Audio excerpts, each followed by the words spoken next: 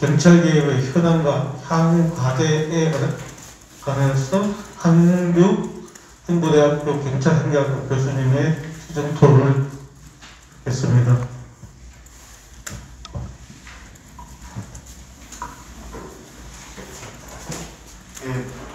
네, 반갑습니다. 행보대학교 한국교수입니다. 먼저 이 오늘 자리에 토론의 기회를 주신 데 대해서 감사드립니다. 현 정부에서 경찰 개혁과 관련해서는 우리 장면 변호사님의 발표에서 잘 이렇게 표현하셨고요. 요약하자면 크게 검경 수사권 도정, 그다음에 자치경찰제, 그다음에 사법경찰에 대한 행정경찰의 부당한 개입 차단, 경찰에 대한 민주적 통제기구로서 경찰위원회의 실질화, 그리고 정보경찰 개혁, 이렇게 나눌 수 있겠습니다. 저는 먼저 자치경찰제에 대해서 말씀드리고자 합니다. 페이지 13페이지를 보시면 내용에 대해서는 이렇게 제가 현 정부의 대통령 후보 당시에 공약, 그리고 100대 국정과제, 경찰청 경찰개혁위원회, 대통령 소속 자치문건위원회, 여기서 내놓은 자치경찰제 모델을 설명해놨고요. 13페이지 평가를 해놨습니다. 자치경찰제에 대해서는 크게 비판적 평가와 긍정적 평가 두 가지가 겹쳐 있다고 생각합니다. 먼저 비판적 평가를 말씀드리겠습니다. 문재인 정부에서 구상한 광역단위 자치경찰제가 구체적으로 어떠한 모델을 의미하는지에 대해서 처음부터 얘기가 없었습니다. 그냥 광역단위 자치경찰이라고 만들지. 그러다 보니까 각자의 이해관계에 따라서 동상이몽식으로 해석할 여지를 줬고, 출발에서부터 제대로 된 자치경찰제의 태동을 의심하지 않을 수 없는 상황이었습니다. 왜냐하면 자치경찰과 관련해서는 엄연히 아까 우리 이찬영 변호사님께서 말씀하셨듯이 지방분권법 제12조 제3항에서 자치경찰제 도입을 강조하고 있었고, 그거를 담당하는 기관이 대통령 소속 자치분권위원회였습니다. 그런데 경찰청 경찰개혁위원회에서 광역단위 자치경찰제 모델에 대해서 내놨습니다. 그거는 뭐 다들 아시는 바와 같이 현재 제주자치경찰의 전국적 확대 정도밖에 안 됐습니다. 그러니까 경찰권 분산 등의 효과는 없었던 거죠. 처음부터 이제 서로 기관 간에 이 자치경찰제를 두고 어떻게 해석할 것인지에 대해서 명확한 기준이 없었기 때문에 각자 이해관계에 따라서 그렇게 해석할 수밖에 없었던 것 아닌가 생각합니다. 그 다음에 지금 개정경찰법상 자치경찰제는 이창용 변호사님께서 말씀하셨듯이 국가경찰과 자치경찰의 사무관 구분을 놓고 국가경찰의 조직과 인력을 현행대로 유지하고 있다는 점에서 경찰권 분산의 효과를 기대하기 어렵습니다. 그리고 자치경찰의 사무는 있으나 그것을 수행할 자치경찰관이 없다는 점에서 자치경찰의 정체성을 확보하는 데 상당히 힘들 것이다. 그리고 현행 이 자치경찰제 시행의 근거인 경찰법, 정확하게 말씀드리면 국가경찰과 자치경찰의 조직이 운영에 관한 법률의 소관은 경찰청 단독입니다. 이 경찰과 관련한 법률이기 때문에 당연히 그 소관 부처는 경찰청이 되어야 된다고는 생각합니다. 그러나 만약에 이렇게 경찰법의 자치경찰제 시행을 위한 근거를 두었다면 적어도 자치경찰과 이해관계가 있는 각 시도 또는 행안부의 적어도 의견 개진권 정도, 의견 제출권 정도는 주었어야 되는 것 아닌가. 그런 근거가 있었으나 그런 의견들이 많이 제시되었으나 최종 법안에는 반영되지 않았던 것 같습니다. 그리고 이번 자치경찰제의 가장 핵심인 자치경찰위원회 구성에 국가경찰의 영향력이 상당히 많이 작용할 가능성을 열어놓고 있다. 그게 이제 자치경찰위원회 위원이 총 7명인데 그 중에 한 명을 국가경찰위원회에서 추천하도록 되어 있고, 그리고 자치경찰위원 2명을 추천할 수 있는 위원 추천위원회의 구성에 경찰청 추천 1명이 들어갑니다.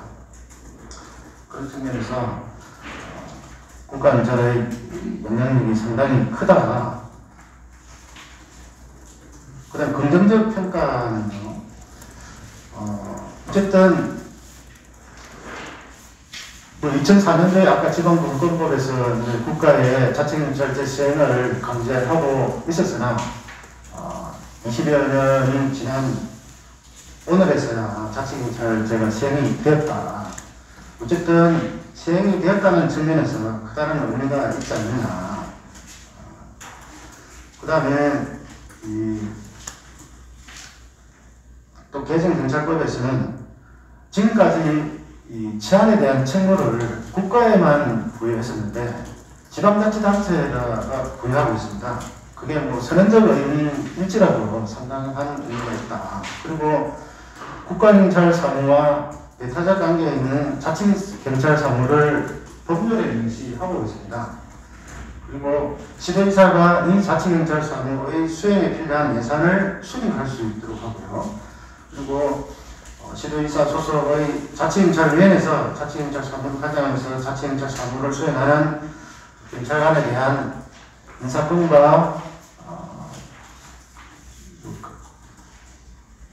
여기서는 감찰권이라고 표시했는데 여기서는 감찰 요구권입니다.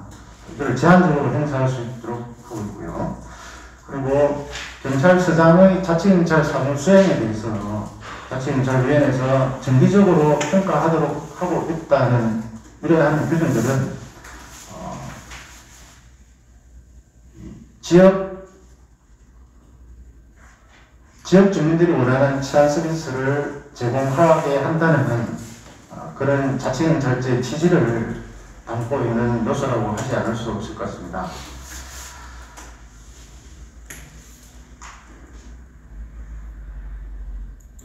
자, 그리고 지금 개정경찰법상 자치경찰제는 법률에 앞으로 최종적으로 어디까지 갈 거다 이런 걸 명시하지 않고 있다는 점에서 가도기 모델로 볼 수 있겠느냐 이런 지적이 있으나 지자체의 자치사무로서 자치경찰사무를 명시하면서도 그것을 수행할 자치경찰의 조직과 인력을 두지 않고, 그리고 종래 경찰청의 사무를 지역적으로 분당하여 수행하게 하기 위한 기구로서 경찰청의 경찰청의 지방행정기관으로서 지방경찰청을 두도록 하고 있으나 이 법에서는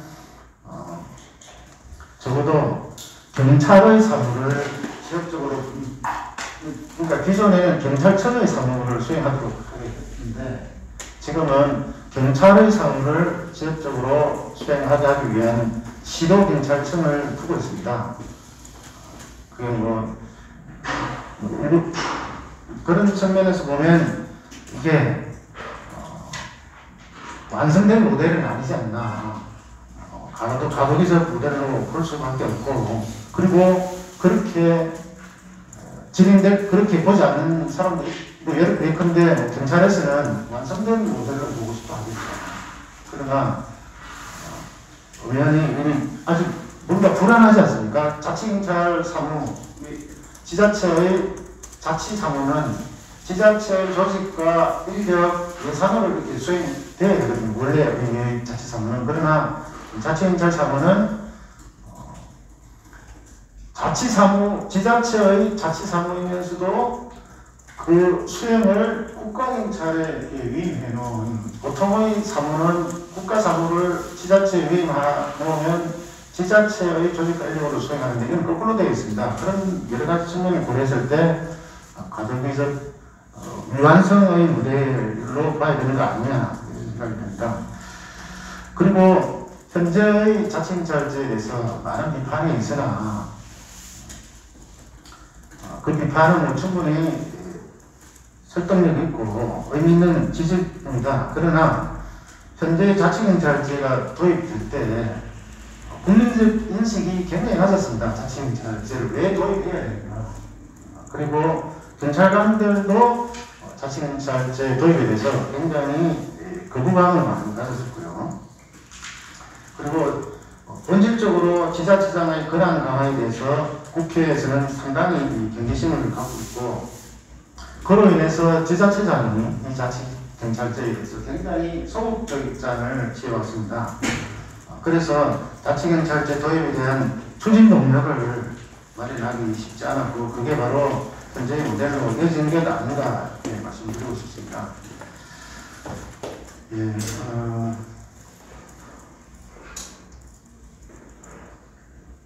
그럼에도 불구하고 현재의 자치경찰제는 15페이지 상단에 보시면 출범하기도 전에 자치경찰위원회 구성을 둘러싼 각종 작업이 흘러나오고 있습니다. 지자체가 지역 주민을 위한 치안 서비스 제공 차원이 아니라 지자체 또는 시도지사, 시도의회 이런 분들이 어떤 특권을 챙기기 위한 그런 장치로 제작하고 있는 것 같은 마음이 안타깝습니다. 그 다음에 국가수사본부에 대한 평가입니다. 16페이지입니다. 국가수사본부에 대해서 많은 분들이 국가수사본부를 어떤 경찰 조직의 분산 측면에서 바라보는 것 같습니다. 소위 말해서 행정경찰, 사법경찰, 그러니까 일반경찰과 수사경찰을 이렇게 분리될 것이라고 생각했는데, 저는 처음부터 그렇지 않았다고 생각했습니다. 처음부터 국수본은 행정경찰과 수사경찰을 분리하기 위한 기구를 의도하지 않았고요. 아무도 그렇게 설계하지 않았습니다. 단지 수사경찰에 대한 행정경찰의 개입을 차단하겠다는 취지에서 만들어졌습니다. 그래서 이 국가수사본부를 통해서 경찰권 분산 처음부터 의미가 없었던 거고요. 경찰권 비대화에 대한 우려는 저는 개인적으로 처음부터 끝까지 자치경찰제를 통해서만 가능했다. 많은 사람들이 그거를 놓치고 있었던 것 아닌가 그렇게 생각이 듭니다. 예, 국수본과 자치경찰의 관계에 대해서 제가 크게 세 가지를 이렇게 이용을 줄여냈으니 참고로 하시면 좋을 것 같고요.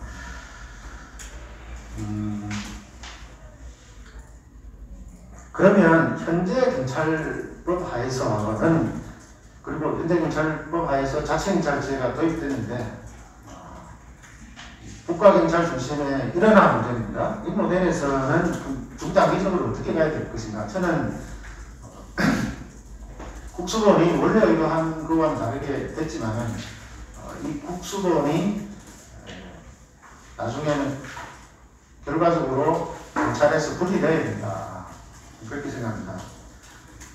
다만 그렇게 분리될 때 남아있는 수사경찰이 아닌 일반경찰에게도 발생한 문제에 대해서 긴급체포동, 초동조치권을 부여해야지 수사경찰과 일반경찰 분리에 따른 치안, 범죄수사의 사각지대를 해소할 수 있습니다. 일반경찰에게 이 정도의 권한을 안 주려고 했던 게 그 부작용이 어디서 나타났냐면 지금 제주자치경찰에서 나타나고 있습니다. 바로 무리망경찰, 범죄자가 지나가고 있어도 현행범이 아닌 범죄자 같으면 잡지도 못하는 국가경찰에 연락을 해야 되는 그런 시스템으로 되어 있습니다. 그게 바로 자치경찰에서 도입할 때 경찰청에서 추진하고 있었던 겁니다. 그래서 그게 대해서 굉장히 제가 많은 비판을 했는데, 아무튼